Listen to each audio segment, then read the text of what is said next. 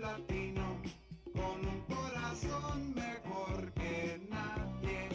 Yo no soy marrano, yo soy un latino con un corazón mejor que nadie. ¡Ay!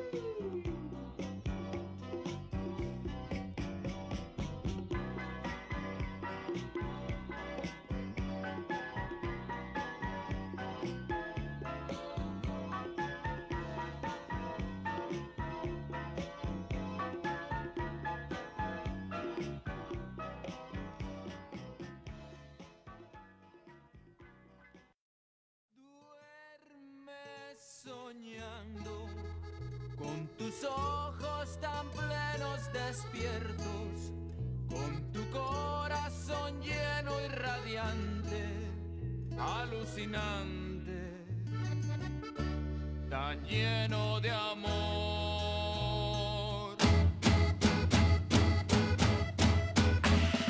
La vida, la vida, la vida que es la vida, y tratar de entenderla se nos va la propia vida, tan simple, tan fuerte, tan llanamente suerte. Lo que acontece me paración de la muerte, pero es absurdo ocuparte de este estudio. Cada año, segundo a segundo, no es tan profundo dormir soñando. En la respuesta tal vez es errónea, tal vez es correcta. Sueña la par del presente y no del futuro, porque de esto nunca estás tan seguro. Acá tus enojos, así se llega el libre, afuera tus despojos, llena tu maleta de responsabilidad. Deja para mañana tu personalidad. Más si tú sientes una contradicción, que al dormir te despierta y al despertar te duerme. Tal vez si lo dices no eres tan inteligente, la gente solo observa la ropa y los hechos, más nunca sienten lo que hay dentro de sus pechos. No existe entre ellos una real conexión, pues creen tener siempre la razón justa y procesadora de lo correcto que se hace cada hora. Pero en este sueño tú estás sumergido, más no te sientas nunca afligido, porque con este sueño tú estás protegido. Y aunque te sientas un poco distante, tu alma lo dice a cada instante. Duerme soñando, tus ojos tan plenos despiertos, con tu corazón lleno y radiante, alucinante, tan lleno de amor, lleno de amor, lleno de amor, lleno de amor. ¡Hey!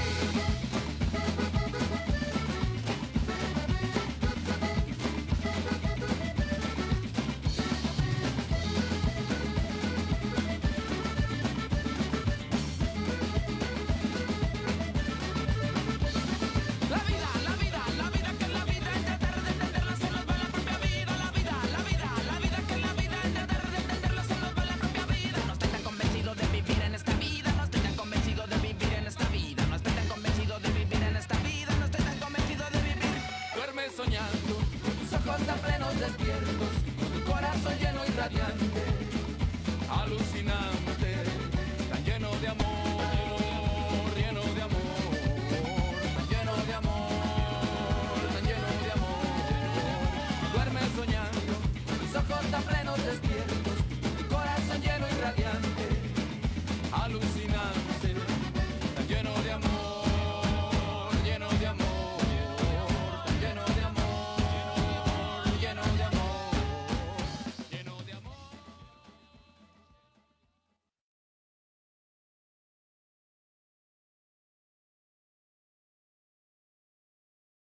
Hello, everyone. Buenas noches. Buenas noches, everyone. Thank you so much for joining us tonight on Future Now, a black and brown open mic and reading brought to you by Dryland. We are now getting started. Thank you for your patience. This is our third installment of Future Now, and we are joined today by Caro Ska, Holland Zhu, and Timothy Gomez.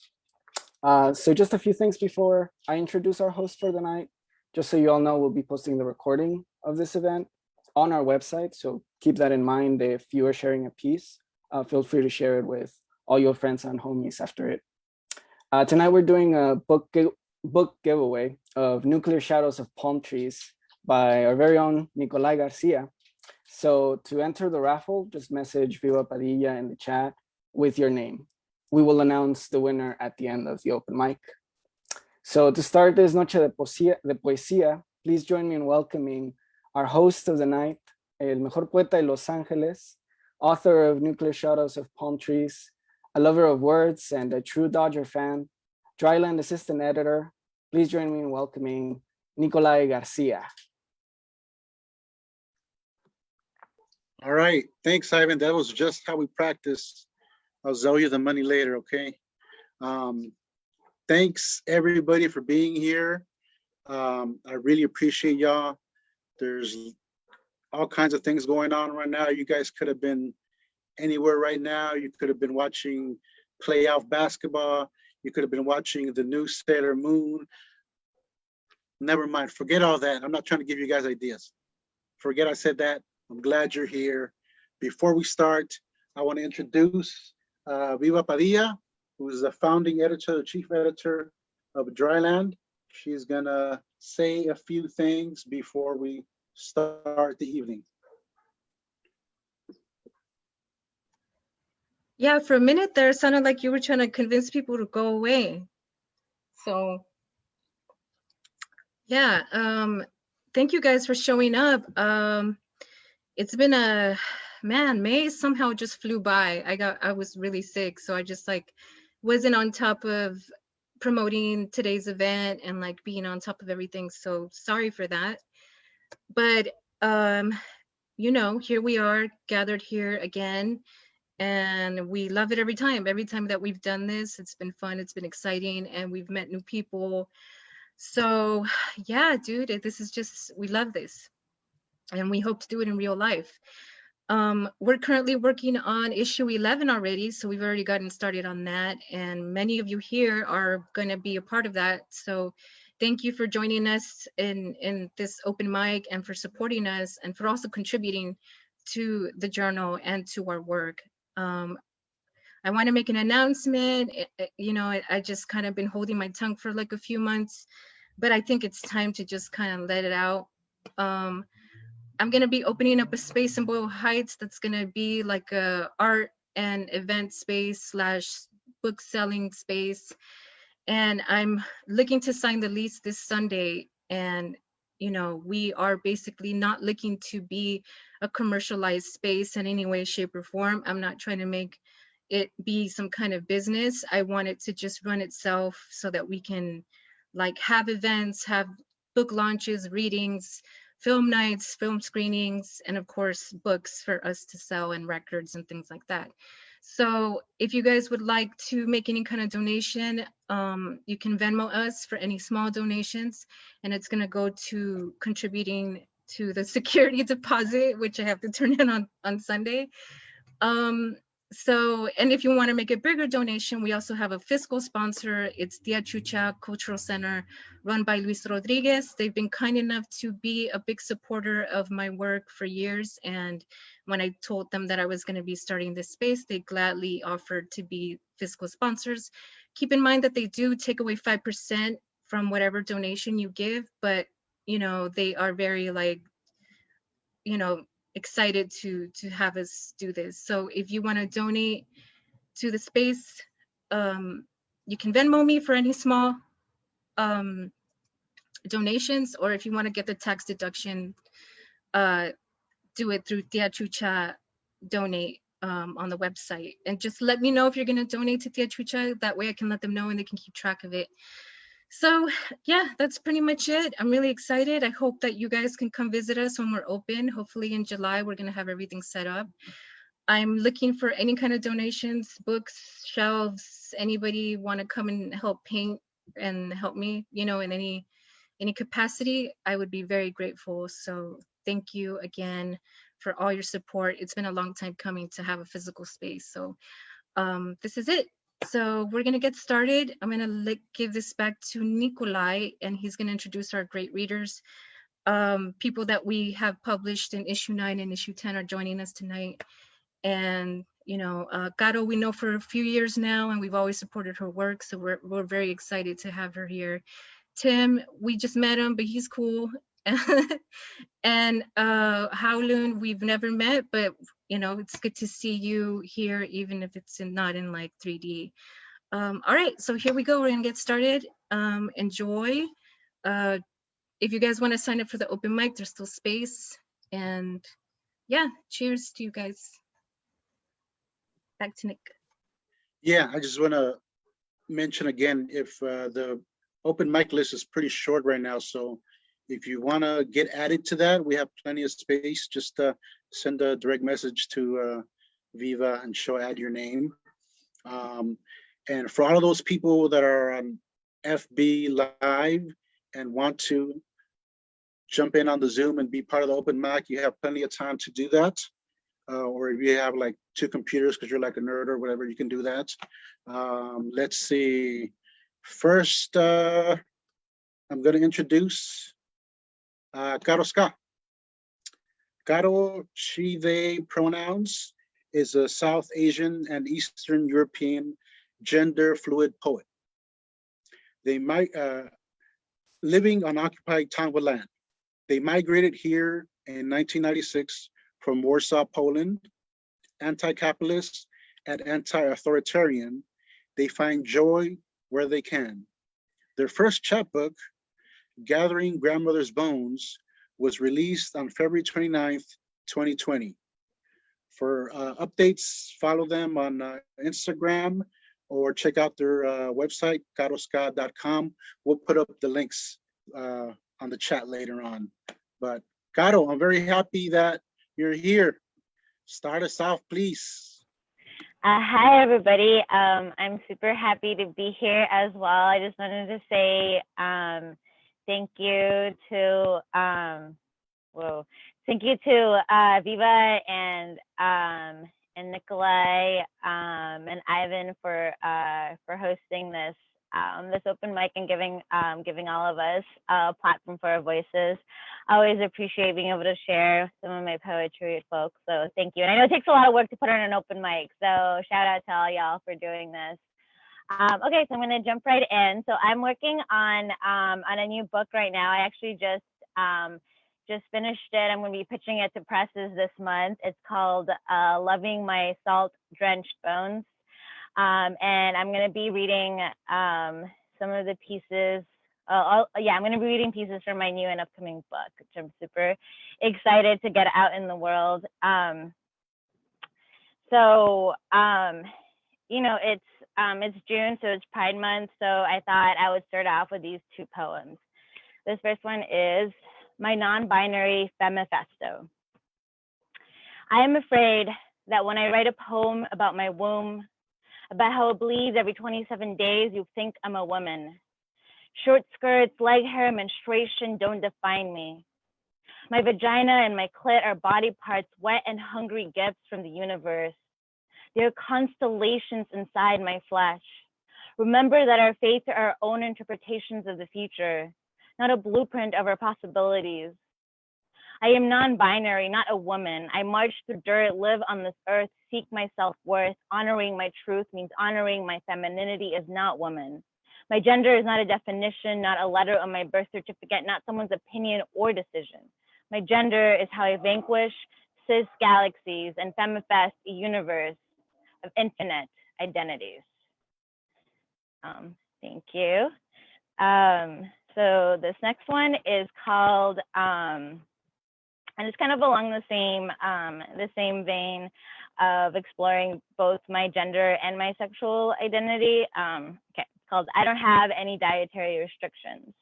Like my sexuality, my diet knows no boundaries, changing daily, weekly, monthly, yearly. Some days I gnaw on chicken breast, other days my tongue wraps itself around asparagus or celery. Today, I order un taco de papa. Tomorrow, I'll have your lengua, flesh melting in my mouth. Why settle for sliced Wonder Bread when I could have focaccia, brioche, or a still warm bolillo from the panaderia down the street? I like you steaming in my fingers. I want to enfold you, savor your softness, your buttered dough. Desire like apple varieties, from gala to red delicious or pink lady. Some days I'm vegetarian, other days, especially when the moon is full, I devour carne asada burritos, licking fatty oil from my fingers. I climb trees naked. I trace my tongue on red spotted mangoes, undecided but joyful because we both taste so sweet. Thank you, everybody. So I'm gonna read this next one. So I'm gonna take a little bit of a different turn here. from where I was from the previous two poems. So a lot of my new book, while it, it deals with like sorts of just my multiple identities, it also talks a lot about pain and trauma, and especially just sort of my really like fraught relationship with my mother. And I think, I hope some of you can relate to just having a difficult relationship with a parent and what that means for yourself as an adult. Yeah, it's funny. I realized when I was writing my book, I wrote a lot of like books about my mother, a lot of poems about my mother, and I feel like it was really, really healing to do that. Okay, a map of my mother's pain. My mother almost died at 16. A motorcycle split her head open. In a coma for 4 days, the doctors gasped miracle when she awakened. Years later, she showed off the damage. She parted her hair and said, "Look, this is my scar." I ran my finger over her ridge, mapping the geography of her injuries history, wanting to find the cartography of why she never played with me. It's neurological, she claimed, denying how her sadistic mother, her alcoholic brother, her abusive husband erased the coordinates of her joy. My mother healed the invisible scars her spirit bore with an island of volcanoes and a lava of prescription pills until the magma buried her alive. I come home to find her lying on the couch, an ember without any fire. Lacking friends or hobbies, she hobbled hollow through life's path, following an outdated map. The things we deny are misguided directions getting us lost. So here's my truth, a nautical chart of my mother's depression, how nothing I did could light up her eyes. I am the child she wished she'd aborted or given away, but how could she relinquish what she carried for 9 months when it was in her arms suckling her breast? Instead, she abandoned me in pieces, her spirit dying before my eyes. She denied me a mother, denied me a childhood, yet here I am, drawing a new map where I embrace the cliffs of my pain and plot the coordinates of my joy. Cliffs I no longer fear, and coordinates no one will dare erase. Okay, thank you, everybody. So this next one, so I said that all the pieces I was gonna read was from my book, and I lied because I realized I was requested to read one of the poems that was in Dryland, and I was in issue 9, and this is the poem that is in Dryland, and it's funny, I haven't looked or like read this poem in like hopefully like a year and a half at least, and I was like, whoa, it's kind of interesting just to see how you're writing, how much your writing I guess changes and shifts as time moves. Okay. Lava-scorched veins are greater than eyeliner. Before the workday, I highlight my eyes in black, an attempt to be feminine, like the 8x11 faces in Cosmo Glamour. At work, I serve ramen and rice bowls to the lunch crowd on Wilshire Boulevard. I greet tables with "Welcome. How you doing today?" I hate that question, but my mouth wears a grin. I hustle tips for survival and pretend so I can pay rent. When customers ask me how I'm doing, I mumble, fine. Once honesty hemorrhaged from my mouth, not okay burst through my lips. My eyes flooded a social jam crack. I disclosed my private troubles to a stranger during happy hour. After I regurgitated my feels, my lungs vibrated, my heart a volcano erupting. I began to breathe, inhaling authenticity, exhaling assimilation. I began. These moments remind me, temporary autonomous zones, spaces and times when we release. Moments like taking streets in Chicago to shut down the NATO summit, chanting, "Kill the rich, smash the state." I don't show my regulars the Molotov cocktail tattoo in my arm. I don't tell them I want the world to smolder. I don't say in 2014 we blockaded the 110 freeway for Mike Brown. I don't say I incinerate American flags on the 4th of July. My lava-scorched veins seek city streets like Main and First. It's not safe to flow out, not yet. But eyeliner is not enough to extinguish these flames. Yeah, so that's, so I have one more piece, and we're gonna go in like a totally different direction again. It was kind of nice to read that poem for y'all, because yeah, I feel like I haven't really written as many like angry poems lately for whatever reason. But yeah, so okay, so this next one is very much like a meditative, calming piece, and it's gonna be the last one. And I kind of wanted just to leave everybody like in a, I guess, in a joyful space. I like told myself at the beginning of 2020 I was gonna be more, I was gonna find more joy, and then the pandemic happened, and I was like, what the fuck? But yeah, I still, I guess, found joy in my writing. Okay. Forget everything that came after.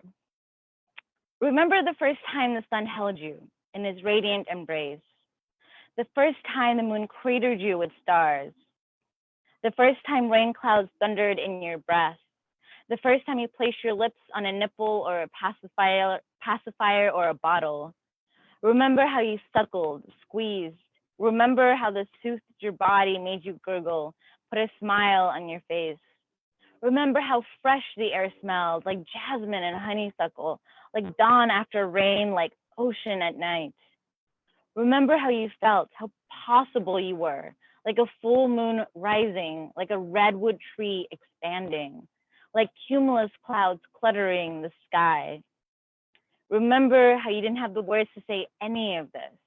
You'd only heard a few voices, flour and gravel, or maybe nothing at all. Maybe you only sensed the world around you with your skin, soaking up the vibrations in your little toes. Remember what it was like to be born, pushed out from the womb, slick in blood, or maybe you were lifted out, the womb cut open to release you. Remember your placenta, how it linked you to another body, how it nourished you selflessly, how it cared for you, asking nothing in return. How it died after you were expelled, how stroking your belly button brings back these memories. Remember the unremembered, the first moments of life when you had no idea who you'd be or how you'd grow. Remember your first breath, how it lifted your lungs, how it tasted in your nostrils. Remember how you came into this world, how the universe splayed its energies across light years and birthed your soul. Remember how you are a blessing and forget everything that came after. Okay, and that's the end. Thank you so much, everyone, for listening. I appreciate all of you for being here. And yeah, my name is Kara Scott, and I'm sure all the links for all my stuff have been in the chat. So yeah, thank you again, Nikolai, Viva, and Ivan. Y'all are great and awesome. Thank you very much, Caro. Thank you for joining us. Thank you for sharing your beautiful work.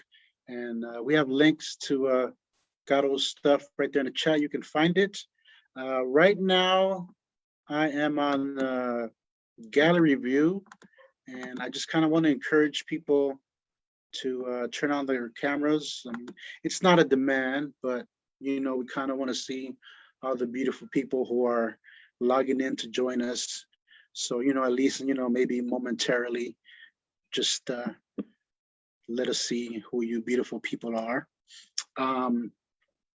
Let's see, while you guys do that, let me go ahead and introduce our next featured reader. Are you in Jersey? I didn't even ask where you were joining us from today. You can let us know after I introduce you.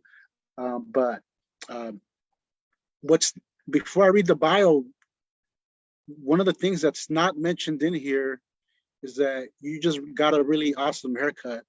And I kind of feel bad because I didn't get a haircut, and it's been like, I don't know, almost a month, and I should have gotten one just for this, and I should have gone yesterday, but I was like really tired yesterday.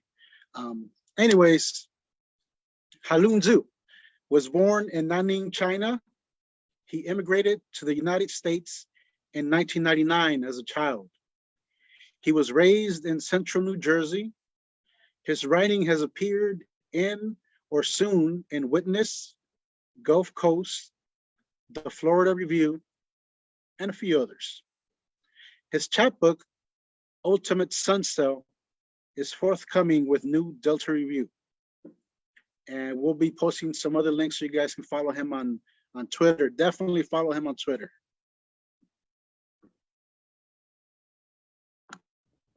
Hello. Can everyone hear me? Yeah, nice. I just want to say a quick thank you to Nikolai and Viva for setting this all up. This has been like, this is really nice. What a great space. I did get a new haircut, and I felt bad because I felt like I like catfished the entire great city of LA by doing so. But yeah, I'm going to be reading probably like a poem or two. Maybe if I can see if I can fit in 3. It's at 10:32 right now. I'm going to be reading from my phone because I have trouble switching things out between my hands. So yeah, so my first poem is the poem that I published with Dryland. I think it's issue 10, and it's called First Memory. So here it is. Yeah. First memory. I am born like a bad gamble, with my mother downstairs recovering from her first C-section. This is the first impact I make. I cry and I cry. I think that's my father in front of me. I can't see his face. Next to him is an angel. Lay there as long as you want. No one is mad at you. No one will blame you. Welcome to the world. You've got all the time, so much time in front of you. I ask, will it hurt? I am sorry. I am very, very sorry. I cannot promise anything, but I do have stories. I can tell you a story. I'm waiting for the story. Only one shadow stands in front of me now. I wonder if it's the angel or my father. I wonder who will pick me up. I hear a voice for just a bit before falling back asleep. It's the clock that's ticking. The hand starts to rewind, and I fall asleep to the spaces between each second. That's it. Thank you. All right. Thanks so much. Well, that's like 2 minutes. Okay. All right. Ooh. Let's see here. I've never been to LA, by the way. I've always wanted to go. It's like a huge thing of mine. Is I've always wanted to see California. But yeah, I will read my next poem, which is called Pale Urn for Hydras. And it's coming out with my new chapbook. And it's so crazy that there's a chapbook coming out with my poems. That's who let me do that? But yeah, so here it is. Am I so bad? All I ever wanted was to simply transcend all things, but life as a whole will abandon me for this. It has been decided upon arrival that we should live and die as trees, but we eat trees too, don't we? My special talent. What exactly is the lifespan of the Sarabamba, that plume of insincerity that came erupting out from the sea? I know it was a pure rehearsal. Something powerful that kills is a success. Something powerful that does not kill is also a success. A century later, I wonder if this too is me, a test in a bright light. I consider the living comforts of a coffin. Please, I beckon for the night, become something that always comes winding back. My fate, which is neither poem nor song. I promise that I am not yet afraid of attachment, or so that it breaks me. Despite your 1,000 ways, I know this to be my insufferable and deadly singular life. Thank you.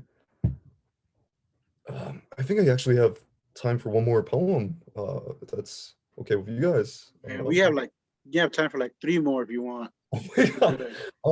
Okay, I'll try reading a longer one.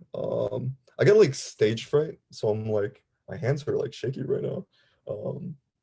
Let's see here. That's good because then I can like kind of like stall as I go through the Google Docs. But yeah, I hope everyone's having a great night. And it's incredibly rainy where I am. So it's like, okay, it's like, all right. But yeah, I have another poem that I think I'm very attached to. And it's not getting published anywhere besides in the chapbook, which I thought it was like for good sport, I should keep some poems unpublished. So if anyone picks it up, it's not everything that they could just find online. So I have a poem called Darkened Sea of Land. Also, thanks everyone for for attending and listening to me read my poems. Darkened sea of land. 1. Darkened and dangerous sea of land, I kneel to you. Sometimes, when the elderly aren't looking, we even pray in the ginger woods, where the earth keeps tally on the shadow's knoll. I break federal quarantine to go to Pennsylvania. I don't stop until I hit 5 hours west, to which I can tell my entire body is panicking. 2. We rest on a mount of starving crabs and call it sand. The sea, this is one illusion. 3. Pennsylvania is a landlocked state, and the hills roar against the bridges. You can't even see the sun because the sidewalk is taller than your head.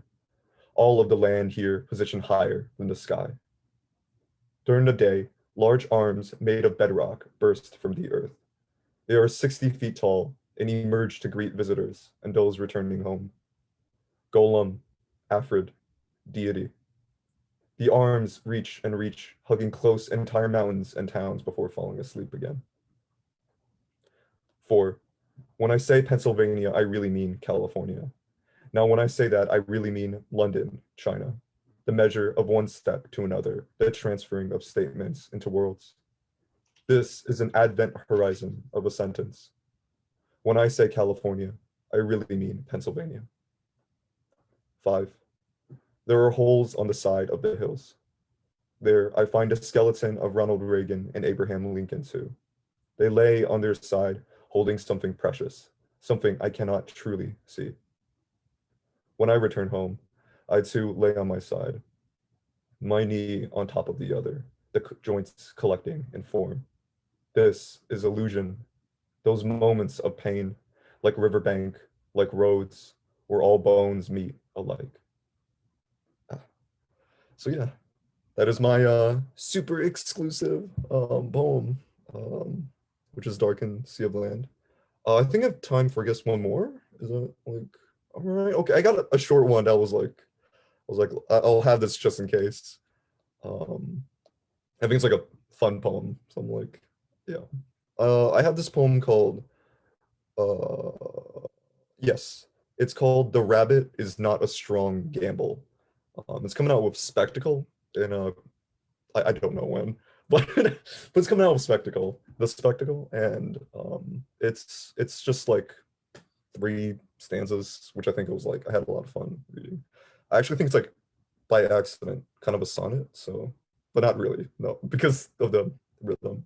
But yeah, so here is the poem called The Rabbit Is Not a Strong Gamble. My English is younger than I am. This is not a personal glory. My grandfather taught my father to swim by throwing him in a pond. Swim downwards, he learned. There are tunnels. The rabbit is not a strong gamble. The turtle is a house. The rabbit is a constant hole in the earth. To win in nature is to become a diamond, however possible. The second rabbit was the first clone. This is not a matter of inheritance. We must crowd the field. It's not about if the rabbit should win, but that the rabbit must always win. The past participle of the word crash is a prophecy, and this is the rabbit turning into a prism, surpassing even the warp of light. And yeah, that's I think I'm good. Yeah, like, and those are my, I think, 4 poems. Like, thank you so much, everyone, and yeah, can't wait to hear everyone else. But, yeah. Thank you so much, Halun. Thank you for staying up late. You're all the way on the East Coast, and we definitely hope you make it out to California soon. When you tour that new chapbook, you can come through Viva Space. We'll see what's up.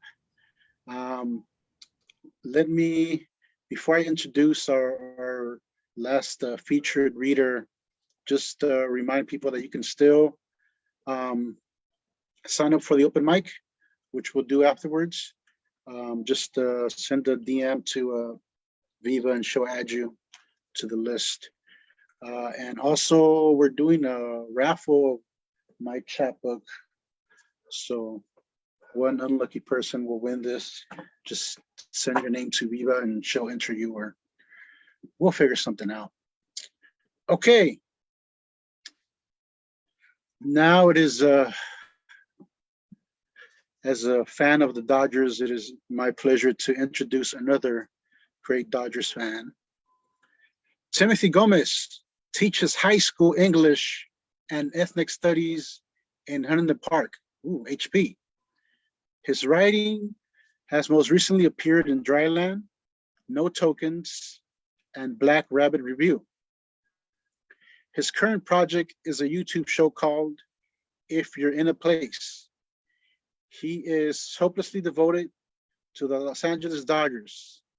Follow him on IG and Twitter, and we'll post his little @ on the chat right now. Let's go, Timothy. Thanks so much, Nikolai. I was really happy that it was an off day for the Dodgers. I'm not going to lie. Yeah, thank you all so much. Such beautiful words tonight so far. Apologies in advance. If you follow me on Twitter, I mostly only talk about the Dodgers. I'm sorry. I'm really sorry. And I just wanted to thank Viva and Nikolai and Ivan. I know we really pretty much almost exclusively know each other online, but I met most of my best friends from LiveJournal, so I think it's fine. We're real friends. And yeah, just really grateful to be able to read with Caro and Halun. It was beautiful, beautiful work. I'm gonna read a selection from the piece that I had published in issue 10. It's a 5-part piece. I'm only gonna read 2 parts. So if you wanna read the whole thing, if you dig it at all, you should definitely buy issue 10. It's a really big, beautiful issue. So yeah, let's do this. LiveJournal lives forever in my heart. That's what matters. All right, I better turn off the chat. I'm gonna get distracted. Okay. All right. Number 1, syncopation. When I'm born, the doctor identifies a heart murmur, the rapid flow of blood from one chamber to another, the sound it makes, an out-of-place hum. My mother repeats this fact throughout my life, sometimes over Americanized hard-shell tacos with ground beef, marinated lettuce, and cheddar cheese, sometimes over the television, the 5th time through the chocolate episode of I Love Lucy. Sometimes while we dust the furniture of the sitting room she never allows anyone to sit on. You were born with a heart murmur, mijo, she tells me. The doctor told me, she says, but no other doctor I visit ever repeats this. I spend most of my life curious enough to wonder what a murmur means, but not enough to find out. 25 years later, and not a single doctor mentions it again. I begin to wonder if Madre was lying, or perhaps she misheard. I wonder if she used this as an excuse to treat me gently, with caution. For me to learn to treat myself the same, gently and with caution, to never move too quickly. During a visit to a clinic that charges only $20 for the physical my new school requires, the doctor holds his stethoscope hard and cold to my heart and says, it sounds like you have a little heart murmur. Has anyone ever told you that? I nod, surprised. It's nothing though, he says. If it hasn't caused you any problem yet, it never will. The rapid flow of blood from one chamber to another, the sound it makes, it's an out-of-place hum, often harmless. The type I have is called an innocent murmur, a functional murmur. I joke one night to Elle while telling this story. It basically means my heart is pumping too hard. My heart's just too much. And she rolls her eyes and smiles. Number 4. At what point in time does a song become an oldie? At what point in time does a song become an oldie? Is it when 2 children, 5 and 4, sit in separate cars driving in opposite directions, almost into each other on Huntington Boulevard? The curve of the street lined in its middle with palm trees, on its north with a hill beaten down apartment complexes. One of these kids, a perfect part on his left side, curls matted down by cheap gel using a plastic comb, rides in the middle seat, although there is no one else in the back with him. a gray Subaru, and he asks his mom on the passenger side if they can go to Target. The other kid, tight dark brown bangs above sneaky smiling eyes, sits in the seat where she can see her tata driving, his mustache firm and not yet graying. K-Earth 101 on both of their radios. Smokey Robinson comes on and belts, "A love like ours is never ever free." The two cars pass right by each other. Maybe it's when she's crying about leaving her middle school boyfriend for the summer. She's on the 10 freeway, or maybe it's when he goes to the swap meet in Santa Fe Springs and walks through aisles of trinkets and secondhand gardening tools. Or maybe it's when they almost meet with their grandparents, possibly in the flower district or the alleys, their grandmother's shopping for cheap toys and clothes, birthday gifts for their cousins, their hands held tight and high, dragged through the loud crowds. Lullabies of Spanish pouring from everyone around them. Each syllable sounds familiar but impossible to decode. Is it when that little girl's tata takes her to see a bowl of beans when she perhaps is too young? He plays "I'm So Proud" on the radio and tells her what Chicano power means. Is it when that little boy sees his dad high on amphetamines for the first time and his mother drunk on tequila? They dance to the originals until they tumble to the linoleum and the bouncing movements feel almost like a waltz. Is it when that little boy and that little girl sit beside each other on a hill in Whittier, their eyes closed and they're breathing? They look over a city that at once feels like it belongs to them. It feels like it belongs to them. They point out places they recognize and places they can't quite see. The bandose shop she never went to, the library he only walked by, the market now torn down where they may have gone simultaneously with their mothers on a Sunday evening. They list what they know by heart, lyrics and street names and restaurants, and the little girl tells the little boy about her tata. "He was a good man," she says. "I feel like I've been searching my whole life for another person who loves like he did. Sometimes I convince myself it was never real." The little boy says nothing but rubs the face etched in the marble lodged in the grass between where they sit. Then he rubs the little girl's cheek with his thumb. They close their eyes and hum off key. "Life can never be exactly how we want it to be, but I can be satisfied just knowing that you love me." So that's what I'm going to be reading from that piece. Thank you. And the second thing I'm going to be reading, I'm going to actually pull this over to this screen, is going to be a newer essay that I wrote actually earlier this year. It's called "A Bull and a Matador." Let's see. There we go. 1, Nurse Mary.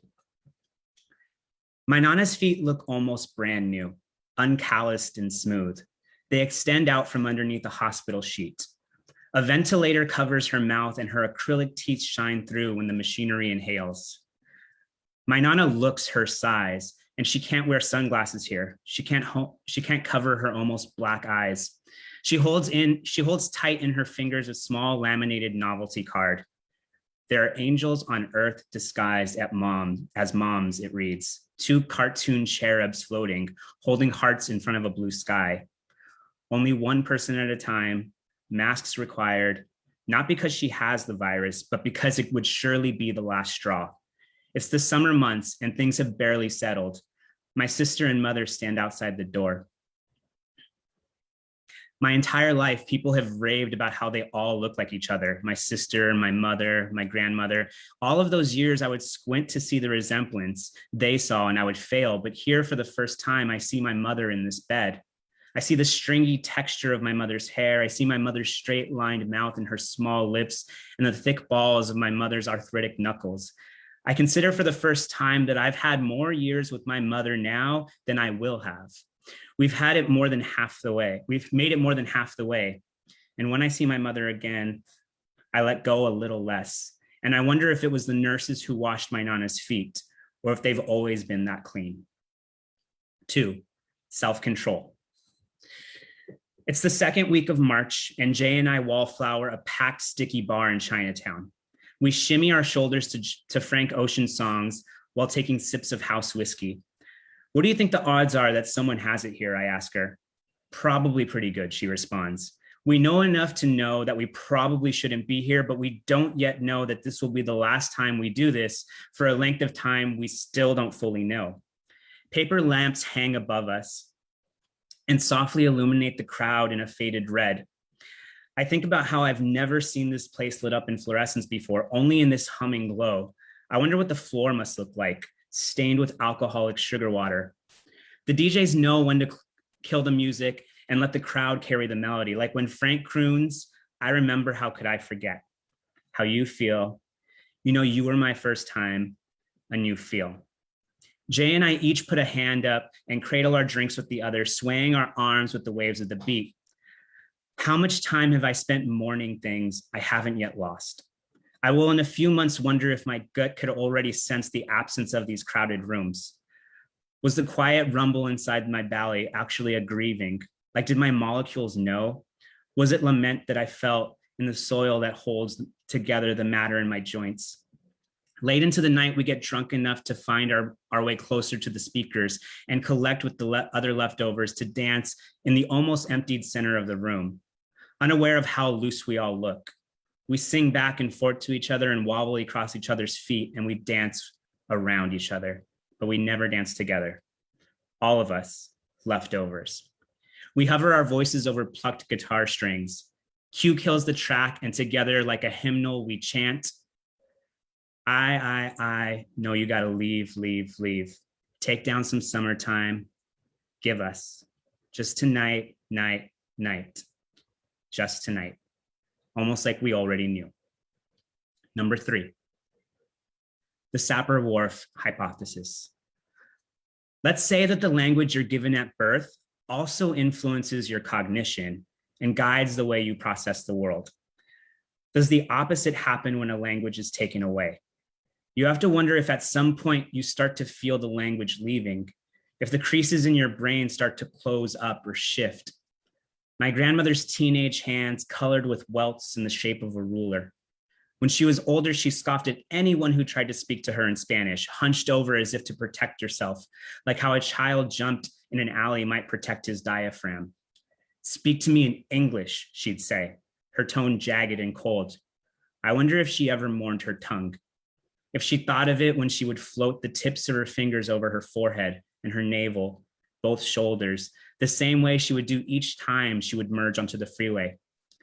Sometimes you lose things so well that missing them becomes who you are. The Father, the Son, the Holy Spirit. Amen. Number 4, a bull and a matador. Dogs, loyal, trustworthy, excitable. This is how you see yourself. Flannel shirt, warm, comforting, protective. This is how others see you. A breeze.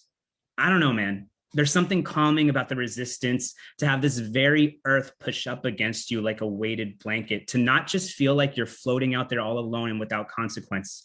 It's really hard to explain, but when I feel a breeze out when I'm walking, I almost feel at peace. This is how you feel about death. I've had nightmares recently and consistently of my dog dying in horrifying, unexpected ways. After spending years with my mother because of my work hours, the pup began living with me once it became clear this pandemic wouldn't give, or that we wouldn't let it. I dream she gets loose and runs across the street, struck by a car that bolts. I dream she gets attacked by one of the stray coyotes that come out from the hills behind my house each night. I dream she jumps down from the balcony on the 2nd floor. She's 13. It's much more likely she'll go the way most do. A small poke into her hip. But still, my mind danced with these thoughts and entertained them and avoided them. Like, shouldn't we all go out on fire, not just an exhale? I used to hold on to things so hard I'd break their bodies in my embrace. I'm learning now to hold a little more loosely. I've heard Frank softly in the back of my mind each day of all of this. There's hell on earth and the city's on fire. In hell, there's heaven. Amen. There's a bull and a matador dueling in the sky. Amen. In hell, there's heaven. Amen. Thank you. Thank you all. Bye, issue 10. Thank you, Timothy. That was fucking awesome, man. That was a grand slam. Okay. All right. Before I jump into the open mic, if you missed it earlier, Viva made a very awesome announcement. She's going to be opening up a space in Boa Heights very, very soon, right on time for the summer. Art, books, records, poetry, most importantly, community. She's going to try and sign that lease this weekend. So if anybody wants to donate for that deposit, please do so. Ivan will throw up a link or something for the Venmo and whatnot. Let's see. I'm going to read the guidelines for the open mic. By the way, you know, it's a short list, so if you want to get on, go ahead and message Viva. There's still time to get on. And I mean, I'm not even sure everybody's here today, so it might be even shorter. But let's see. As for the guidelines, be ready to unmute yourself when your name is called, and please mute yourself again once you are done sharing.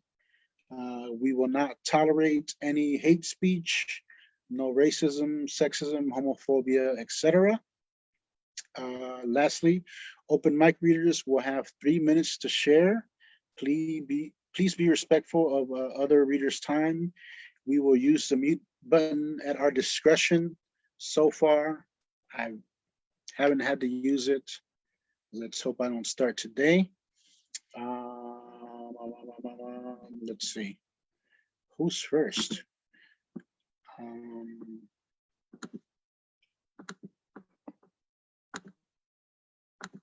Is Mariana here? Mariana Franco? No. What about Vincent Chavez? Is Vincent Chavez here? Yep. Right here. Cool. There you are.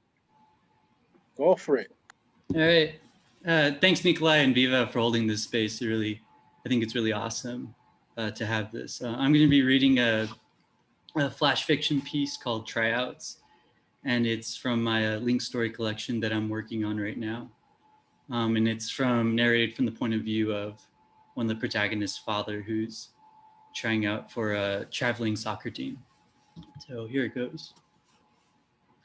Don't let all those fucking white boys think they're better than you. Fuck them up, but don't hurt them enough to get you in trouble. When your coach asks you to jump, God damn it, you answer, how high? Don't try to be the coach's best friend. Don't ever let the coach call you son. Remember, your coach isn't a person. He's a hoop. Just like your teachers, your baseball coach, and that retired cop who lives down the street. Ingratiate yourself to these white men by standing up straight with your chin held high. You're not their bitch. Make them know your name. Don't be afraid to be a show-off. When nobody is doing anything before practice, get your soccer ball and start practicing your scissors and rainbows. Juggle the ball 100 times without letting it fall to the ground. Juggle it 200 times if you can manage. Don't stop, never stop, especially if everybody's watching. Don't be afraid when your coach asks you to introduce yourself. Don't lie about where you're from. Don't lie about what me and your mother do for a living. Don't talk to the kid who'll ask you if you're part of a street gang because he's a pussy. Don't talk to the one who says he likes Mexican food and Mexican people because he's a pussy. Only speak when spoken to or when you need to communicate to set up a play or take a piss. Don't hesitate to be the first one to volunteer for anything because there's no such thing as being a tryhard. Only white people are afraid of being tryhards. Only white people question your work ethic. Don't be embarrassed to tell me that this all makes you nervous. Get used to being nervous. Get used to the feeling like there's a target on your back. Get used to white boys playing you harder. Get used to white boys playing you dirty. Avoid the ones wearing metal spikes. Avoid the ones who slide with their spikes up. Avoid the ones who don't wear shin guards and ankle protectors. Those are the ones who got small dicks and think they got something to prove. Don't be afraid if everyone is bigger than you. Don't be afraid of the ones who stare at you and make you think you're just weird or look funny. Be proud of looking funny. Be proud of what makes you different. You'll be stronger than all those white boys because you come from a long line of plasters and field workers who spent their entire lives breaking their backs so you could have this opportunity. You'll have more ganas than all those white boys because you're a Chicano and can't afford not to. Don't give up when some of the white boys are better than you. Don't be surprised if they're all better than you. And the moments when they make you want to give up, ask yourself, how can I quit if I haven't even started? And the moments they tell you to give up and you want to quit, grow a pair and remember your purpose. You're trying out for this team because these white people can teach you things that I nor anybody back home can teach you. You're trying out for this team not because you're desperate, but because the coach scouted you and invited you to be here. Cry if you want to. Cry if you need to. Get it out of the way. Mijo, in life, we're afforded only so many opportunities. And this one, you got everything to lose. All right, that's it. Thanks, y'all. Shouts out to the Dodgers.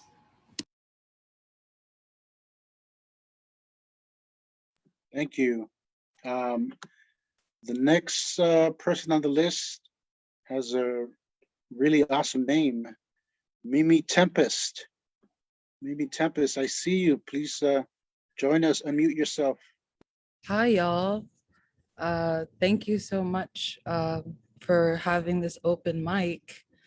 I'll read a piece for you. It's called Blue Black Venus. Stage 1, denial. At the gynecologist's office, she says there's a poison circulating through my blood. Says it's chasing the embryonic versions of my existence like a minotaur in a labyrinth. I walk home below dirty rainbows, whirling in the dead end of my womanhood, sleep for endless hours, dream in blue shaded parables. Every version of myself meets for the seance, argues over the provisions of my failures and successes. Maiden, mother, crone, sits arrogantly against the reality of my fresh disposition, each pointing her finger at the other, unable to admit shame over my new set of consequences. Stage 2, anger. He's to blame. The nigga who poisoned me, and the other one who borrowed my innocence, traded it for a bump of cocaine, and the other one who mirrored me as victim to our addictions, and the other one who groped me at the after hours, and the other one who was too afraid to love me out loud, and the other one who was looking for his mother in my pussy, and the other one who deemed my body a play chess on Pleasure Island. The nigga who needs to read this isn't even apt to be on this page. My whole life I've been talking to dirtied walls. I'd smear my period blood, inscribe free for fun, but realize that dying was the only thing I agreed upon when I came into this cosmic plane, this revolving door of contradictions, this ongoing diatribe of avoiding all the ways this life can violently end. I know I'm on my way out. I exited stage left before my first cue. Act 1, scene 1, enter into an empty and noiseless stage. From the wings, we hear prolonged sobs echoing into a chamber of infinity and doubt. Mimi, 29, a fat Black and queer poet, enters grimly on stage, plops her body at its center, and locks into a fetal position. Mimi continues, my life is now a monologue of deep mourning. I will no longer keep this rage locked inside my belly. And what happens when the cage is sick of coveting me as catatonic? And what happens when I get bold enough to stick my head above the clouds and admit that a sunny day costs $1 too many? And what happens when I tell him my womb doesn't work? I guess I will never be the object God designed me to be. Blackout. See, the niggas who need to read this branded me a nigga making machine. They cry revolution, yet play cog in the utility belt of men that gang bang Gaia. They parade around as moral men, fathers to generations of goddesses downgraded to sex slaves, boys disguised as warriors who placate their failed gender with their minuscule dicks, poets and artists, brooding through their cities, held prisoner to their transient thoughts. They plant polluted seeds, populating thirsty minds, then laugh at the parable of consent, deem it a wayward idiom for the very thing they claim they want, they never had. Man, my pussy is metastasized into a doorway of consecutive non-believers. She finds truth in a psyche that's lost its grip. Her name is None. Her language is barely. The hour is wedged, the gag, their semen sliding into 2-day-old panties. Each droplet seeps into a stain of thorns and petals bushed at the opening of her now pursed lips. The moisture is fixed, mumbles only at the crossing of legs, only at the entrance of his name, Ozymandias. Conquering time with the fever snatching grains of sands filtering upwards, inhaling storms, eddies of indecision to give birth, bubbling, berating in fantasies, friction and creating life, mothering to dictate if the life is worth live, avoiding duration, avoiding living, avoiding temptation, avoiding, you thought climax would be the next word. You think wet is a testimony. You believe hard thinking did too little for my heart, my pussy. She clamps down, permeates until sacred. She bites until bruised, sacrifices, and then leeches off the excess. She writes letters to strangers and bleeds for the full moon every month. She Venus flytraps men who smile pearls in bright rooms. She kisses foreign men in dark alleyways. She's determined to deepen my madness while making bastards out of every man's strongest soldier. Stage 3 bargaining. A message from the ancestors. This is not your fault, but it is your responsibility to heal through. Let the tears you cry sting like acid. Instead, I popped a tab on Khalifa's island, heard the sirens cry from the riverbanks. My friend, she heard them too. She was more eager than me to dive into a divine death. I convinced her that drowning was the event that was already taking place. Convinced her that they weren't beckoning for her to join them, convinced her to hear their lullaby as offering, as reconciliation. Stage 4 depression. I escaped from Los Angeles with the skeleton in my suitcase. It crawled out of its confinement, pulled down my blouse, sucked greedily on my areolas, and cried unforgiven before it slept. It made a scene about being wrapped in dirty sheets, claimed I was harboring a desire to destroy Father Time. Stage 5 acceptance. At the grocery store, an elderly Black woman, she was plum sweet. She looked deep in the barrels of my eyes and said, sadness is a towering fiend. Said he makes claim in the hollowing of your stomach, feeds you breadcrumbs, and then testifies that you've been fed pie. She gave me her pen and paper, suggested I make a list of the very desire I was shopping for, suggested that the key to getting over oneself is to revel in the reality of being misunderstood. She told me, your tears ain't nothing new. She suggested I continue writing into an untapped possibility.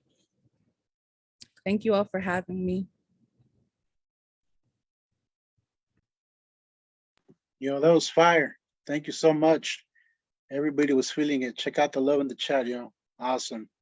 Let me, I'm gonna just give out the names of the next few people. I think everybody's on here. Cynthia Alessandra Briano, Jean-Pierre, and Elizabeth Jimenez Montelongo. You guys get ready. Let's see. Cynthia, are you ready? Hi, yes, I'm here. All right. Hi, everyone. Thank you so much, Nikolai and Viva, for holding this wonderful space. I've come since the first one, and just there's so much talent in the community. I'm so just thrilled to read with you all. I'm going to read an excerpt from Toni Morrison's Beloved, and then I'll read you one of my poems.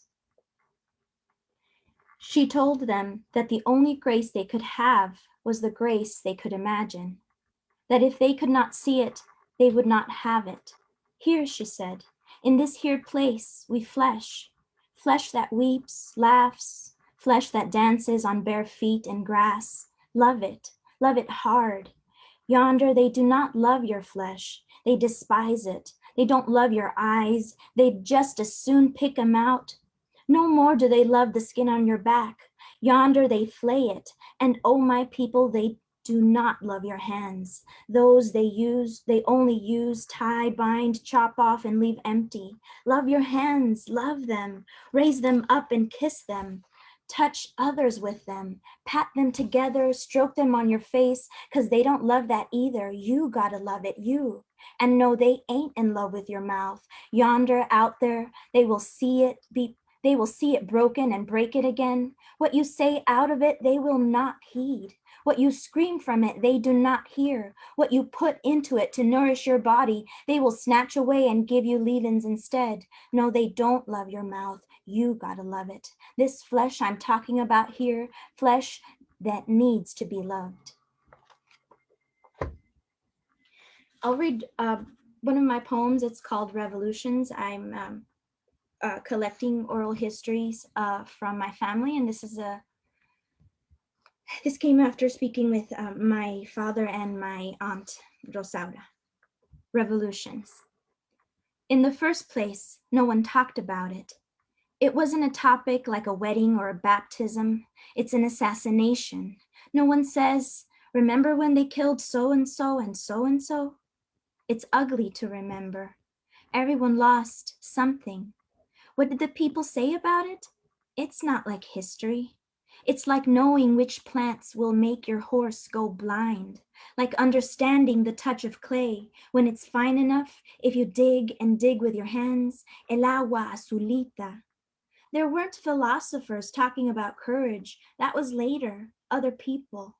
How many people knew how to read en esa época? I don't know. La gente era pobre. You walked together for months, solitos entre las montañas. Some knew about rabbits, how their hide is loose. You can take a slender stick and under a rock, you touch something soft, then you twirl it slowly. Look, el cuero suelto, it catches. Look, if the stick is thin, then you pull the animal out slowly by its hide, out from under the rock, then you grab it by its neck and you give it a killing. There's some people who stop eating to clean something. I don't know. Hunger is not like praying.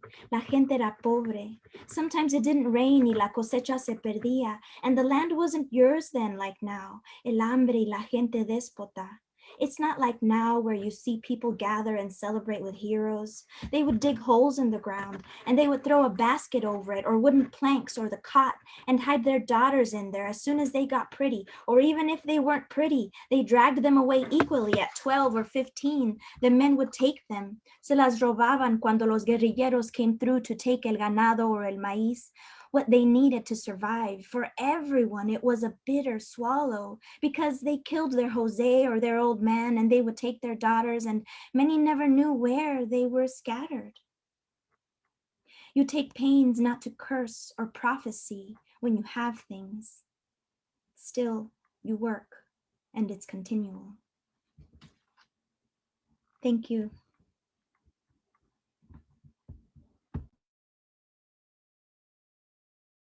Gracias, Cynthia. Gracias.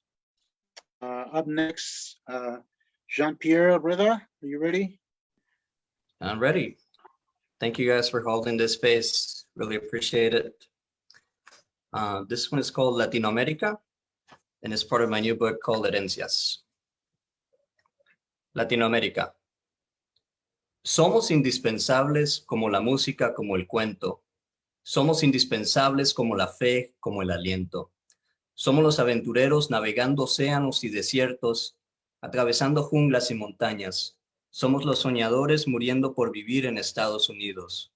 Somos la sed, el hambre, el frío. Somos los padres buscando un mejor mañana para nuestros hijos y el dolor de ser separados en las fronteras, enjaulados en ambos lados. Somos el proletariado desarmado por leyes perfiladas para quebrarnos, humillarnos y prendernos fuego, mientras trabajamos cosechando lo que gozan los dueños del país, del continente. Pero cuando luchamos, dejamos de ser invisibles. Cuando nos unimos, dejamos de ser el silencio obligado. Y nacemos como un grito de cambio, una canción de vida.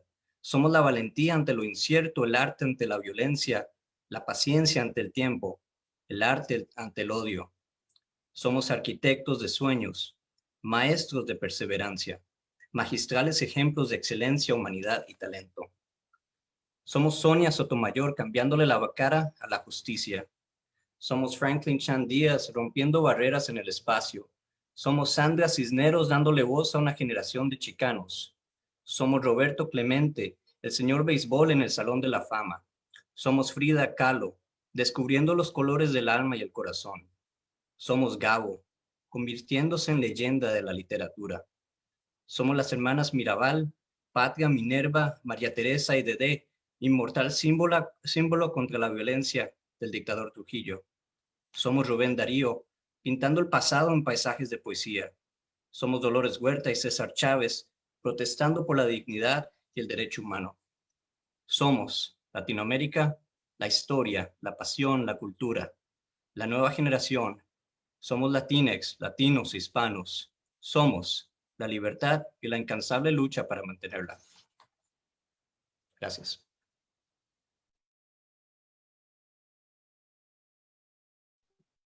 Thank you, Jean-Pierre. Thanks for sharing. Thanks for always coming through. We really appreciate it. Up next, we have Elizabeth Jimenez Montelongo. You ready? Yes. Hi, everybody. Nice to be here again. I just have two poems. One's short and the other one's just a little bit longer.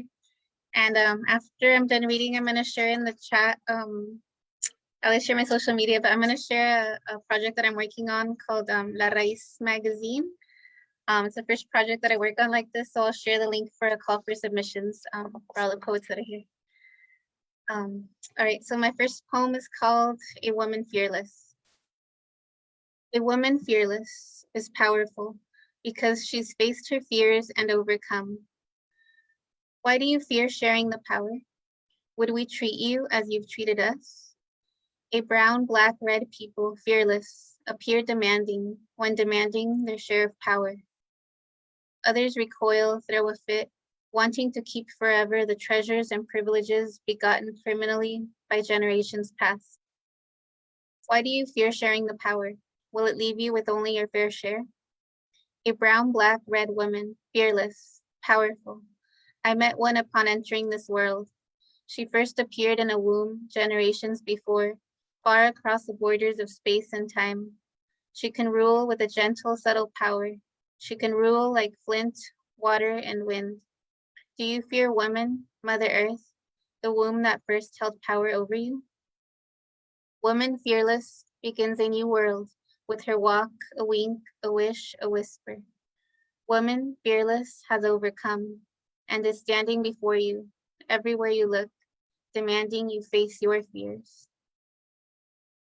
Right, and the other poem is called Footless Dancers. It's one of my older poems.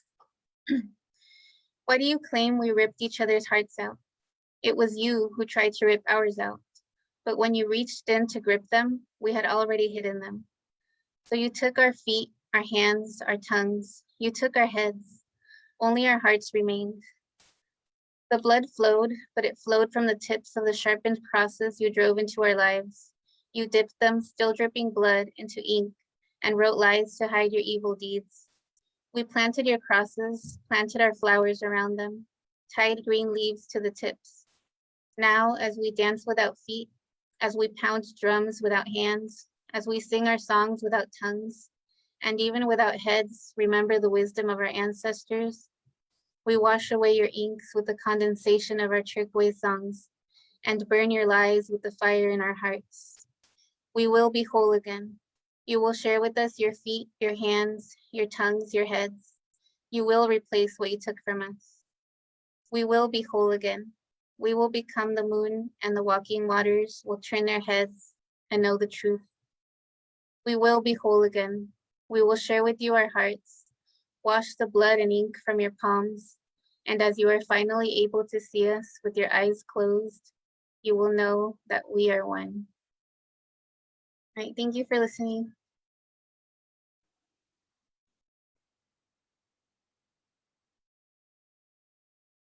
Thank you so much. Thank you so much. Let's see. Josiah Luis Alderete, you're next.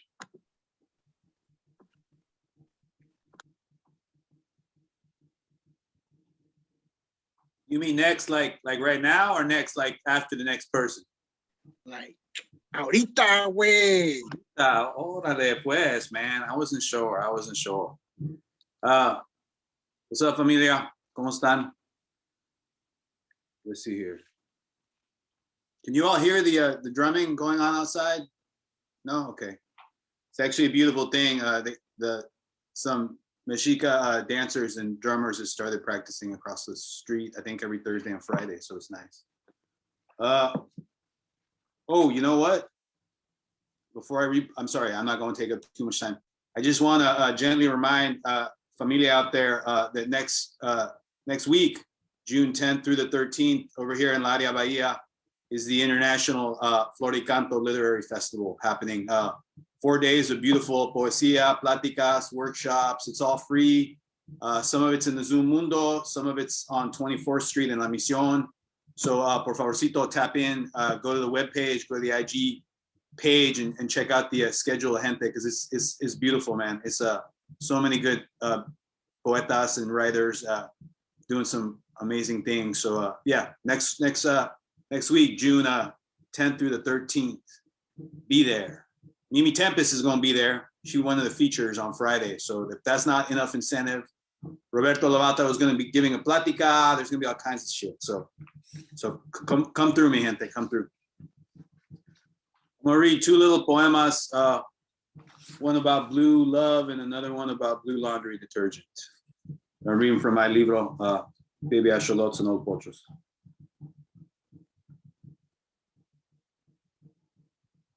Guanajuato blue, Guanajuato blue, just between me and you, that wound that I stashed in my suitcase all those years ago is still bleeding.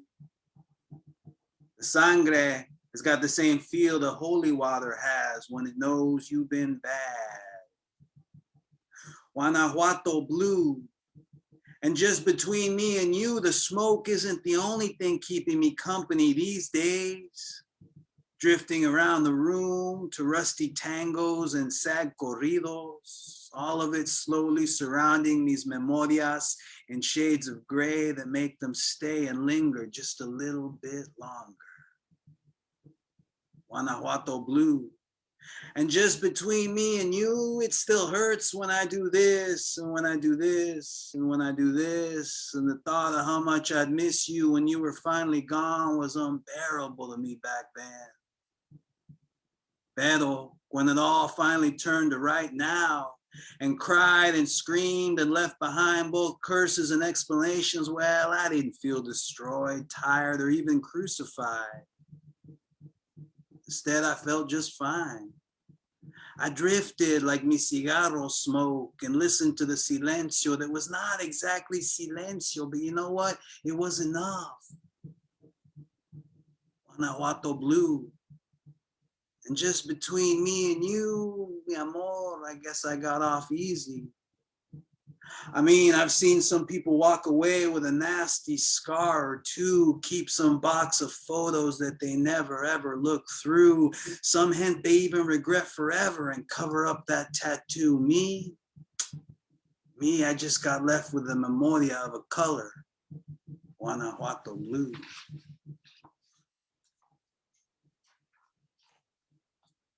Avon. A particularly dented taxi was lurching across International Boulevard cuando I noticed that azul soapy smell of that one Mexican laundry detergent. You all know the one. That mismo azul soapy smell is always on the corner by the Chevron gas station and Quickie Mart as I walk past. That mismo azul soapy smell used to be all over La Misión on Sundays during my haze junkie days. That mismo azul soapy smell was in that dream where I drove around Boyle Heights looking for a mural inside of a mural inside of a mural.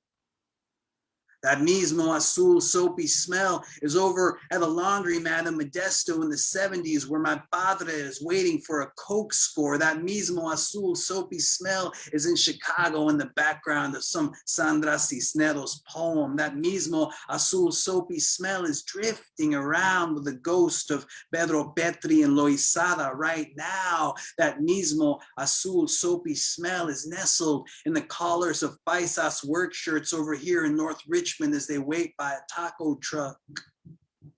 That mismo azul soapy smell is around on the day that I moved into my old East Oakland place, drifting from mi vecina's front yard as she hung her familia's laundry on a clothesline. It comes in these clear plastic bolsitas with an image of a woman washing her ropa and a bucket printed on it. You can get it practically anywhere in Aztlán these days. Mercados, pulgas, bodegas, ni más, they even have industrial-sized bags of it over at Costco. Last night, I went into the liquor store, and they had teeny tiny bolsitas of it for sale next to the roach spray, toilet paper, and colored wax candelas of Quetzalcoatl and Tonatzi. You know the bolsitas? They always seem to have a chiquitito hole in them that leaks out this sparkly, gritty, chalky stuff that leaves a trail behind you. You can always follow back to a memoria of that mismo azul soapy smell. Gracias, mi gente. That was dope. Thank you, Josiah, for always blessing us from the Bay Area, man. That was awesome. Let me see. I'm gonna call out some names, some people that I think are not here. Let me see. Giovanna Alcantar, are you in the room? Nope. Susana Cano? Nope. Franco, is Franco here? Tampoco. Oh, Karen G, are you still here? Did you leave? Oh man. Okay. Kundan, I think also left. Okay, all right. Well then, I guess up next is gonna be our very own Dryland resident DJ and webmaster and blogger and social media and I don't know everything else he does, and he gave me a great intro, and I'm sorry I don't have like one as awesome ready for him, but yeah, Ivan Salinas, let's go. Hello, sí, de todo aquí en Dryland, all things, just helping out with Nico and Viva. Thank you so much, and everybody that's been sharing. Thank you for all your words, for everybody that's been coming to all the open mics. Appreciate you all. So yeah, my name is Ivan Salinas, and you can find me on Instagram at Ivan Sali _. I'd like to share a poem in Spanish. I wrote this a while ago for a scene I made back in 2020, but I decided to expand on it. And this version is the remezclado version. Revoltoso remezclado. Palabra coloquial con uso casual dirigida regularmente a jóvenes educados y deseducados.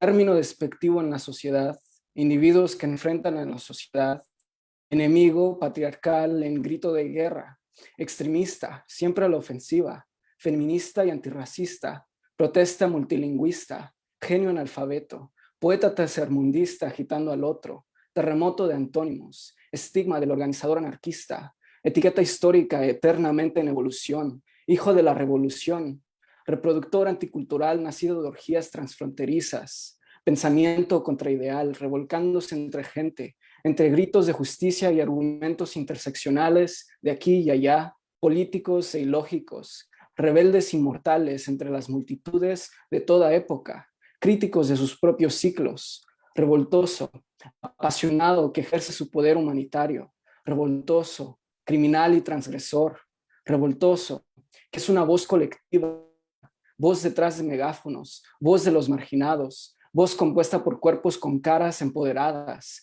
caras fotografiadas derribando estatuas, ignorando normas, estructuras jerárquicas, herejía pura en la sangre del cuerpo revolucionario contextualizando el presente, cuerpo y mente desobediente, cuerpo y mente fuerte, cuerpo y mente descomportándose erráticamente, a wave in the name of a better future, revoltoso, desafiante del status quo, desafiante de la palabra. Gracias. Gracias, Ivan. Get back to that chat. Let's see. I only have two more names here, and I know they're both here, but we have some more time left. So if anybody wants to jump on at the end, please let me know. Trisha Lopez, I'm looking at you. Mila, looking at you. Hector, son of Hector. Matt Cedillo, if you guys want to read, let us know and we'll add you. We'll add you. But next up, we have Gustavo. Gustavo, take it away, buddy. I hope you can hear me. I was in a reading that Josiah was hosting, and there was another Gustavo, so I had to wonder whether it was me or somebody else. This is a work in progress. Thank you to everybody who went beforehand for your powerful words. This was called Word. Preachers love to recite with fervent adulation. In the beginning was the Word, and the Word was with God, and the Word was God. Yet what they don't tell us, but you know all too well, Doctora, is that we're all stardust, and that the stars and the dust were here before the Word. We were here before their God, that you were starring before their God, and you were moving before their words. I heard you say that your little girl, your inner niña, had a conversation with the goddess, feeling scared that her small body would betray her. And the goddess reminded her through a love poem in free verse that her body never turned on her. But it was some people in this world who betrayed her. And that hurt, yet resilient niña is loved and will be loved, is home and will be home as long as she has community and is at home with herself. Preachers who cite words in churches and academic temples may have wanted to dim your star dust, may have wanted to quiet your voice, may have wanted to shackle your moves. Yet you learn to dance and you learn to move boldly because you, like the star you are, always had the capacity to shine. And you learn to use your teary eyes to see what was wrong with our world. Your knotted garganta, not just to swallow, but to whisper, and when necessary, to scream your truth. Who cares if they call you a poet, as long as you believe it? Who cares if they call you a dancer, if you dance your way around this world with folks who love to hurl insults and hurt at girls and doctoras like yourself?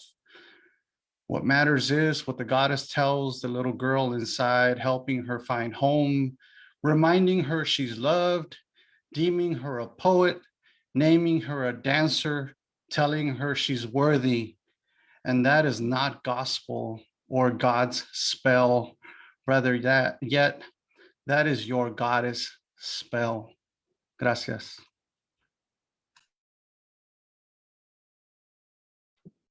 Thank you very much. Thank you. Next up, we have Xavier Atkins. Xavier Atkins, take it away. Hey guys, thanks for having me. This is the first reading I've sat in on, and it's been really great. I just wanted to listen, but I've been so inspired that yeah, I'll read something as well. This is a short story that's going to be in my second collection of short stories coming out by the end of the year. It's called I Love Your Hair. Denise was a beautiful woman who had a Russian mom and a dad from Ethiopia. Her skin was perfect, mahogany, like the grain wood of some custom-made furniture you'd find in a five-star hotel. Her lips looked like they belonged on a billboard, and her huge hair, it was better than a crown, better than a halo even. Anytime she walked into a room, more than half the people would stop whatever they were doing, stop and just regard her in awe. She was a real sight, and we were in Austin, Texas. Absolutely no one looked like her. So of course I felt very proud walking around with her, taking her out to eat, whatever. I knew nothing romantic was ever going to happen, and I knew why, and she most definitely knew also, but that didn't mean anyone else did. and she knew she was granting me that mystique. You think they think we're dating? She asked one night when I took her out to eat at a fancy restaurant I was working at. I looked around and saw some of the female employees staring at me, smirking with petty intent. I felt wealthy, but still, I pretended not to see them. Nah, I gave Denise a wink, the one I'd been working on my whole life. She shook her head and looked at the menu. One of the girls who I worked with came by at some point. She said hello and asked if everything was all right, and we said everything was. I love your hair, she told Denise. Denise rolled her eyes and looked back at her plate. Thanks, she managed. My coworker glanced at me, embarrassed, but not knowing why, and walked away. I was embarrassed too. I didn't know either. I got a little upset. I kept my tone low. What was that about? I'm sick of that shit. Sick of what shit? What do you mean what shit? White people telling me about my hair every single time, like there's no other quality they can remark on. But you have magnificent hair. You have really, really amazing hair, I said, sort of stunned. You don't get it, Denise said, picking up some sashimi with her chopsticks. What don't I get? I used to have a pretty nice head of hair myself once upon a time. You've seen pictures. Denise started laughing. I laughed a little too, but I was also sad my hair was gone because I meant that statement. I'd taken my hair for granted and now it was gone and I missed it more than any woman I'd ever known. Levy, it's not just about the hair. I don't know how to exactly explain this to you, but I've lived with this my whole life. I know I'm different. I love that I'm different, but I don't like how I'm treated differently. I'm not a specimen. I'm not a creature in a zoo to be gawked at, or even worse, I'm not part of a petting zoo. Do you know how many people come up and just try to touch me? Sometimes not even with permission, put their hand in my hair, like they don't believe it's real, like they don't believe I'm real. How would that make you feel? She said, exasperated. I scanned the room, but with my hand sort of over my eyes. I was scared people would be looking at us. We were the only brown people in the restaurant at the moment. I couldn't help but think like that sometimes, notice these things. In my mind, I almost immediately crossed her off as being dramatic. I just wanted her to calm down, not make a scene, not this sort of scene. I liked other kinds of scenes. I liked when the both of us would laugh loud and clap our hands, showcase excessive joy, showcase we were having a better time than everyone else, that we were more attractive and charismatic and interesting, but I didn't want to look like we had problems. I didn't want to look like everyone else. I was able to smooth it out, get us dessert, and coast out of there. As we were on our way to the door, I saw Dolar at my right setting a table up. His hands were moving plates and glasses, but his glittering green cat eyes were on us, and he was grinning like he knew a secret. As we passed, he gave me a wink. It was good, but not as good as mine. I flicked him off as we left, a smile on my face. Days later, I was at work, second shift in a row. I was in the middle of my work week. That always meant something different in the service industry. My weekend was all over the place, rarely went together, and could change at a moment's notice. My only thing really was I didn't want to work both Friday and Saturday together. I hated the kinds of people who went out on the weekends. But I also hated going out on the weekends and being around these people in my free time. Flip of the coin, I guess. Might as well make some money off them, but still of the utmost importance to preserve the soul. I had this table of sweet women, white women, about my mother's age, maybe older. It was one of their birthdays. They were having a ball. I got along with them fine and enjoyed the time we got to converse. I wish I could have spent more time with them, but it was busy as hell. It was always busy as hell in that place. Who do you remind me of? One of the ladies asked. I don't know who, I asked her back. I was projecting joviality, but I played this game before and it disappointed me to have to play it now because I'd actually been having a good time with these ladies. I guess it was this thing where I felt, hey, this is nice. You ladies are a breath of fresh air from the pretentious dipshits that typically frequent this place. But now you two want to lump me into something familiar, which was human nature, of course. The need to find a way to relate to something so you can connect, so you can see that the worlds aren't so far apart. I know that thing. See, we're not so different, but we are. I used to be asked that question all the time back when I had hair. Who do you remind me of? Working at this restaurant in Virginia, still in college, the moms loved me then too. They always loved me after the initial stage, after they found out how articulate I was, that they were safe with me, that I'd take care of them. That's all they really wanted. That wasn't wrong. I understood. Back then, with my big black curly hair, the comparison was always Lenny Kravitz. Now, honestly, I love Lenny Kravitz. However, I look nothing at all in the least bit like Lenny Kravitz. So here I was again, but with no hair, no chance at Lenny. The rest of the women looked at their friend, awaiting her answer along with me, awaiting the identity of my doppelganger. Cuba, Cuba Gooding Jr. Oh my God, I love Jerry Maguire, she exclaimed. Now,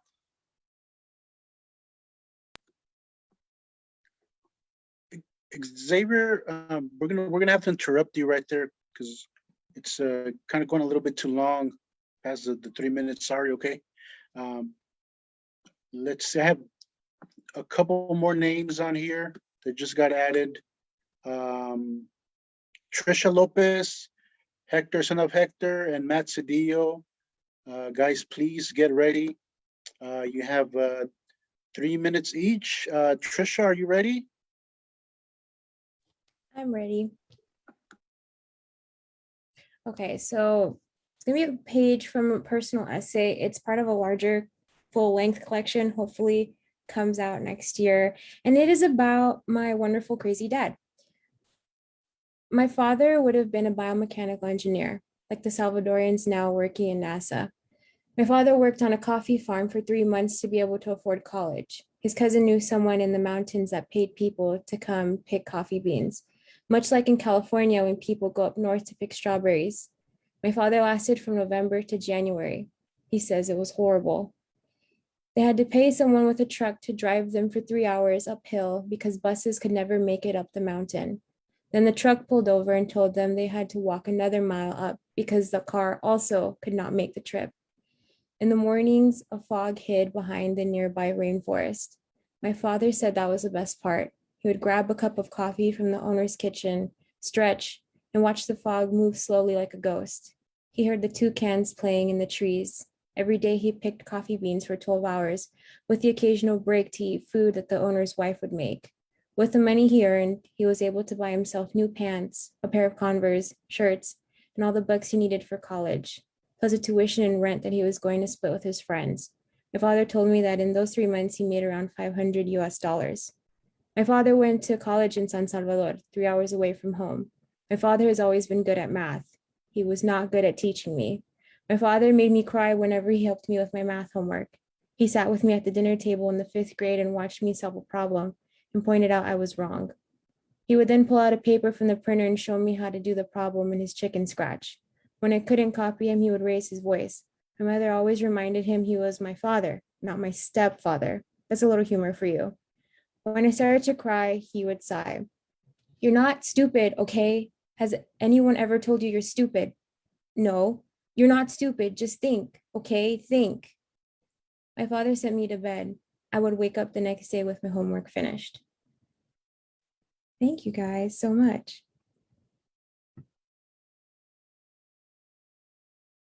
Gracias, Trisha. Trisha is also in Dryland, issue 10. Let's see, Hector. Hector. Hello.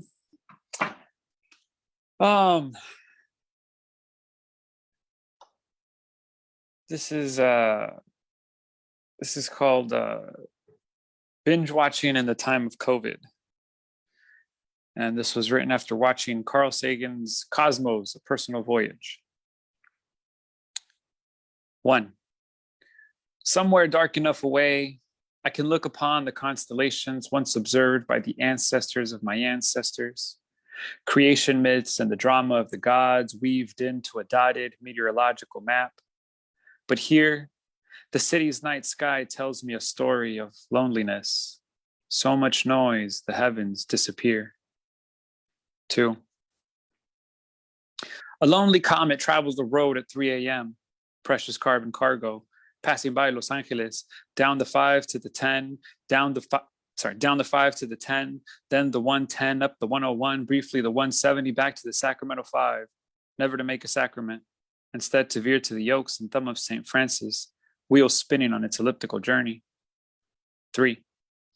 All of life we know travels alone, making no impact on the trajectory or even the planet's rotation. How little we are, offspring of the sun, creatures of the crust, germs of the earth. 4.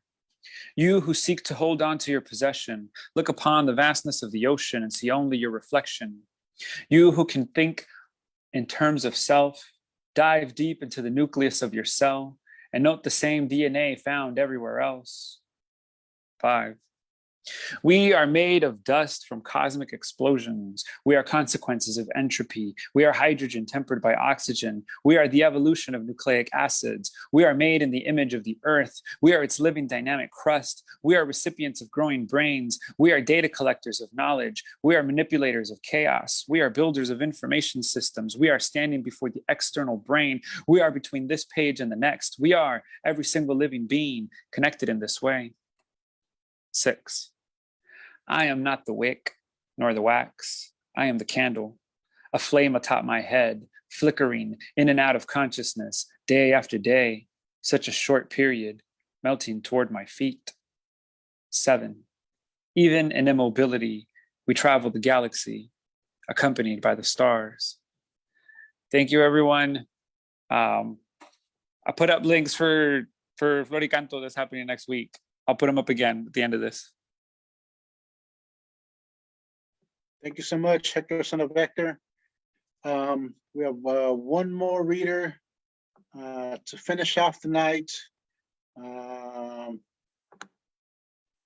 He's louder than the fireworks. Matt Cedillo, let's go. All right, thanks. I'm working on this new thing. It's yeah, this is the first this is the beginning of it. It's gonna be like this epic poem called Elon Musk Must Be Stopped. About 500 years of colonialism. Here we go. When presented gifts, they severed limbs, shipped children, cracked the heads of infants against a stone, then demanded more by sea, by sword, by disease, by design, genocide. First charge ashore, sailor. It's your first time around, captain. So you have to offer the blood, the blade, the smooth crusade, this human plague, this beast that walks upon 2 legs, open chapter, its original sin, listen only after. First contact. And in discovery and doctrine, they clasped hands with flags towards the heavens. Filled the sky with ash, for visions, traditions, means of knowing the ways of the land, legends of soil, the study of stars, books of the dead, the name of divine right, they flattened time, they called this history. These flames holy. These deeds sacred, this word inspired nameless edicts, kings, and holy words, set fire to the corn, torched monuments and coins, destroyed aqueducts and dams, and called this work the Lord's. Then to cover the distance to what they had said and what they had done, they turned to everything and everyone. Crowd India, Macizo, Santo Domingo, Hudson's Bay, New Spain, merciless Indians, King Philip, Washington, New England, New York, by sea, by sword, by disease, by design, genocide, by any name. Mules wind down the road. Mules wind down the road, down the mountain eats men. Mules wind down the road, down the mountain that eats men, carrying silver to the mills that fuel the Armada and Rich Potosi. Rich Potosi, the treasury of the world, the king of mountains, the envy of kings. To reach Rich Potosi, miles from shore, knives and teeth, miles from shore they leap from merchant ships, knives and teeth, miles from shore, fleeing debt. They leap from merchant ships, knives and teeth, miles from shore, dreaming of silver and gold, fleeing debt. They leap from merchant ships, knives and teeth, miles from shore, men leave home, dreaming of silver and gold, fleeing debt. They leap from merchant ships, knives and teeth, miles from shore to reach Rich Potosi, city of villa and slum, church and brothel. Get rich quick and mercenaries and mines, mills and mints. Get rich quick and early demise. See the cheap thrills at the foot of a rich god, where the lives of poor Indians are cheapest still. Welcome to Rich Potosi, the king of mountains, where the air is thin and the wind is ice, where mercury and soot compete for the sky, where they send natives down the mines. Is welcome to Rich Potosi, the king of mountains, the envy of kings, where eyes bleed, the powder of the gun and the leaf, where chartered thieves meet in a sacrament of blood, the precious metals and sacred dust, fountain of conquest, where once exhausted was all but forgotten. Yes, all hail Rich Potosi, the envy of kings, king of mountains, treasury of the world. We will coup whoever we want, as Elon Musk tweets. We will coup whoever we want. His fingers move with the weight of centuries. Elon Musk tweets. We will coup whoever we want. It is easy to forget his fingers move with the weight of centuries. Elon Musk tweets. We will coup whoever we want with an eye to the heavens. It is easy to forget his fingers move with the weight of centuries. Elon Musk tweets. We will coup whoever we want with a hand in Bolivian earth with an eye to the heavens. It is easy to forget his fingers move with the weight of centuries. Elon Musk tweets. We will coup whoever we want. It is easy to forget a cold wind still blows through Potosi, treasury of the world, envy of kings, the king of mountains, where the mountain still eats men.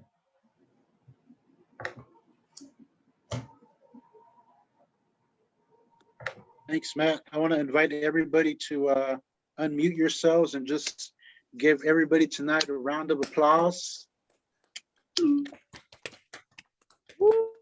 Oh, we're unmuting. Thank you, everybody.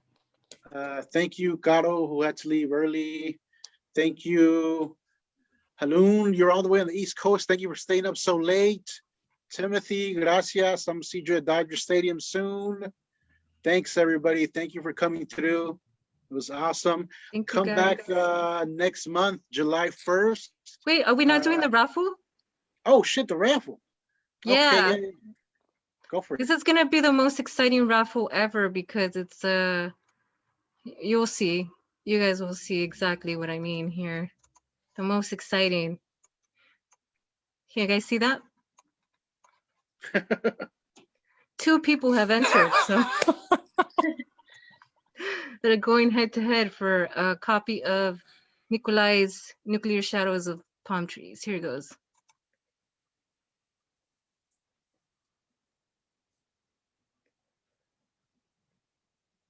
Oh, Yes. all right, Elizabeth wins. So excited. Thank Congrats. you. You know what?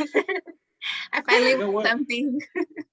Thank you. Just send me your Hector- address and I'll send it to you. Or Hector- Nick will send it to you. Hector, send me your address. I'm gonna send both of you guys a copy. Thank Ahí you, está. Nikolai.